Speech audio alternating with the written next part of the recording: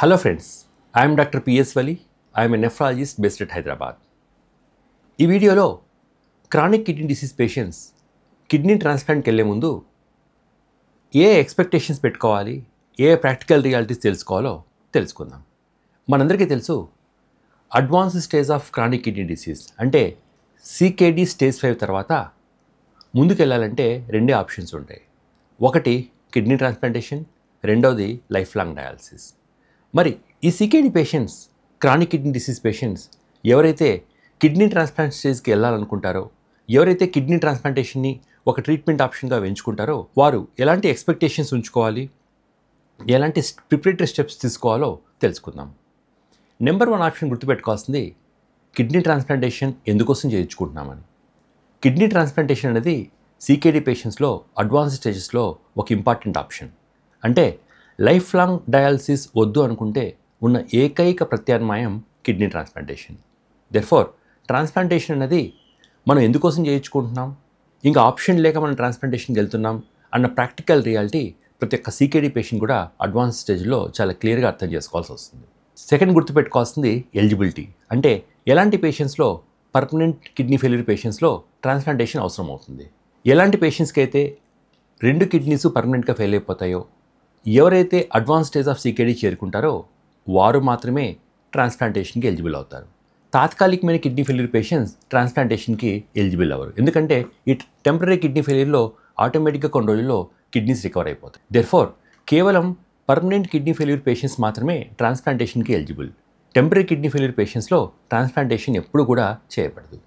Third important aspect గుర్తుపెట్టుకోవాల్సింది ఒక proper donor. మనందరికీ తెలుసు ఇండియాలో డొనేషన్ 2 రకాలు. ఒకటి లివింగ్ డొనేషన్, అంటే ఇంట్లో రక్త సంబంధికులు కానీ లేక చాలా దగ్గరి బంధువులు కానీ కిడ్నీ ఇవ్వచ్చు. అంటే మన ఇండియాలో ఉన్న చట్టాల ప్రకారం పేరెంట్స్ కావచ్చు, వైఫ్ కావచ్చు, హస్బెండ్ కావచ్చు, పిల్లలు కావచ్చు, బ్రదర్ సిస్టర్స్ కావచ్చు, లేక గ్రాండ్ పేరెంట్స్ కావచ్చు, వీళ్ళందరూ కూడా very well eligible legal donors. ఒకవేళ ఇంట్లో సూటబుల్ డోనర్ లేనప్పుడు అట్లాంటప్పుడు జీవన్దాన్ స్కీమ్ అనుసరించి గవర్నమెంట్కి అప్లై చేసుకోవచ్చు. ఇంట్లో వాళ్ళు ఇచ్చే కిడ్నీ ఒక రెడీమేడ్ కిడ్నీ, అంటే 20 days or 30 daysలో ట్రాన్స్ప్లాంటేషన్ అయిపోతుంది. అదే గవర్నమెంట్ కిడ్నీ అంటే జీవన్దాన్ స్కీమ్ ద్వారా ఎవరైతే బ్రెయిన్ డెత్ ఇండివిజువల్స్ ఉంటారో వాళ్ళ దగ్గర నుంచి సేకరించి మనకి ఇవ్వబడే కిడ్నీస్కి వెయిటింగ్ లిస్ట్ ఉంటుంది. దెర్ఫోర్ ఏదర్ మనం లివింగ్ డొనేషన్కి వెళ్తున్నామా, లేక ఇంట్లో ఒక సూటబుల్ పర్సన్ లేనప్పుడు ఇంట్లో దగ్గరి బంధువులు ఎవరు కూడా కిడ్నీ డొనేషన్కి అర్హులుగా కాకుంటే అప్పుడు మనం జీవన్దాన్ డొనేషన్ కోసం వెళ్ళాల్సి వస్తుంది. నెక్స్ట్ గుర్తుపెట్టుకోవాల్సింది ట్రాన్స్ప్లాంటేషన్ చేసే ముందు ఖచ్చితంగా డోనర్ కావచ్చు, రిసిపియంట్ కావచ్చు కొన్ని రకాల టెస్టులు చేయబడతాయి. ఈ టెస్టులు ఎందుకోసం చేస్తారంటే రిసిపియంట్ అంటే ట్రాన్స్ప్లాంటేషన్ చేయించుకునే వ్యక్తి యొక్క హెల్త్ స్టేటస్ ఎలా ఉంది, దాంతోపాటు డొనేట్ చేసే వ్యక్తి యొక్క హెల్త్ స్టేటస్ ఎలా ఉంది, డోనర్ నుంచి కిడ్నీ తీసి రిసిపియంట్కి ఇస్తే వీళ్ళ కిడ్నీ మ్యాచ్ అవుతుందా, మ్యాచ్ కాదా, బయలాజికల్గా ఎలాంటి ఇబ్బందులు వస్తాయి, ఇవన్నీ చూసుకోవడానికి ట్రాన్స్ప్లాంటేషన్ కంటే ముందు ప్రీ ట్రాన్స్ప్లాంట్ టెస్ట్ అని చెప్పబడే కొన్ని సెట్ ఆఫ్ టెస్టులు చేయించుకోవాల్సి వస్తుంది.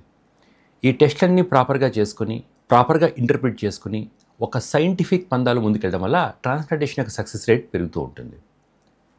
CKD పేషెంట్స్ ఎవరైతే ట్రాన్స్ప్లాంటేషన్కి వెళ్ళాలనుకుంటారో వాళ్ళు గుర్తుపెట్టుకోవాల్సింది స్మోకింగ్ కానీ ఆల్కహాల్ కానీ అలవాట్లు ఉంటే 100% వీటి నుంచి బయటికి రావాల్సి వస్తుంది. ఎందుకంటే కొత్త కిడ్నీ వేసుకున్న తర్వాత స్మోకింగ్, ఆల్కహాల్ తీసుకోవడం వల్ల ఆ కొత్త కిడ్నీ యొక్క పనిచేసే విధానం 100% తగ్గుతూ ఉంటుంది.